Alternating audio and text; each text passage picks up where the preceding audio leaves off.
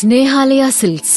இங்கு ஒவ்வொரு புடவையும் ஸ்னேஹா தேர்ந்தெடுத்தது உங்களுக்காக. தமிழ்நாட்டில் வெவ்வேறு பகுதிகளில் விளையும் பயிர்களுக்கு ஏற்ற உழவு, நடவு, களை எடுத்தல், பயிர் மேலாண்மை, அறுவடை, பயிர் கழிவு மேலாண்மை போன்ற பணிகளை மேற்கொள்ள பல்வேறு மாவட்ட விவசாயிகளின் கோரிக்கைகளை ஏற்று டிராக்டர், சுழற் கலப்பை, வரப்பு செதுக்கி சேறு பூசும் கருவி, நெல் நாற்று நடவு செய்யும் இயந்திரம், களை எடுக்கும் கருவி, தெளிப்பான்கள், ட்ரோன், நெல் அறுவடை இயந்திரம், பல்வகை பயிர் கதிரடிக்கும் இயந்திரம் போன்ற வேளாண் இயந்திரங்கள், கருவிகள், விளைபொருட்களை உலர வைத்து மதிப்பு கூட்டிட சூரிய கூடார உலர்த்திகள் ஆகியவை விவசாயிகள் பயனடையும் வகையில் மானியத்தில் வழங்கப்படும்.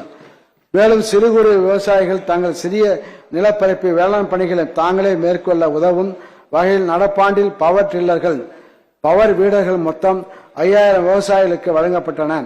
விவசாயிகளின் கோரிக்கைகளை ஏற்று 2024-25 ஆண்டில் பவர் டில்லர்களின் மானிய தொகையானது 85,000 ரூபாயிலிருந்து 1,20,000 வரை உயர்த்தப்பட்டு பவர் டில்லர்கள் 4000 விவசாயிகளுக்கும் பவர் வீடர்கள் 4000 விவசாயிகளுக்கும் வழங்கப்படும். வயல்வெளிகள், இரவு நேரங்களில் விவசாயிகள் எதிர்கொள்ளும் பாம்புகடி பிரச்சனை, மழைக்காலங்களில் ஏற்படும் சிரமங்களை தவிர்த்திடும் வகையில் தங்களது கிணறுகளுக்கு செல்லாமலேயே மின்சார இணைப்பு பம்பு செட்டுகளை எங்கிருந்தாலும் எளிமையாக இயக்கவும், அவற்றை இயக்கத்தினை கண்காணிக்கவும் கைபேசியால் இயங்கும் தானியங்கி பம்பு செட்டு கட்டுப்படுத்தும் கருவிகளை 10,000 விவசாயிகள் வாங்கி பயனிடும் வகையில் 50% மானிய அடிப்படையில் அதிகபட்சமாக 7,000 ரூபாய் வரை மானியம் வழங்கப்படும்.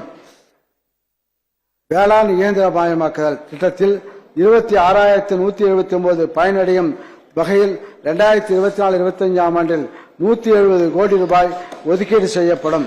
ஸ்னேஹாலயா சில்க்ஸ். இங்கு ஒவ்வொரு புடவையும் ஸ்னேஹா தேர்ந்தெடுத்தது உங்களுக்காக.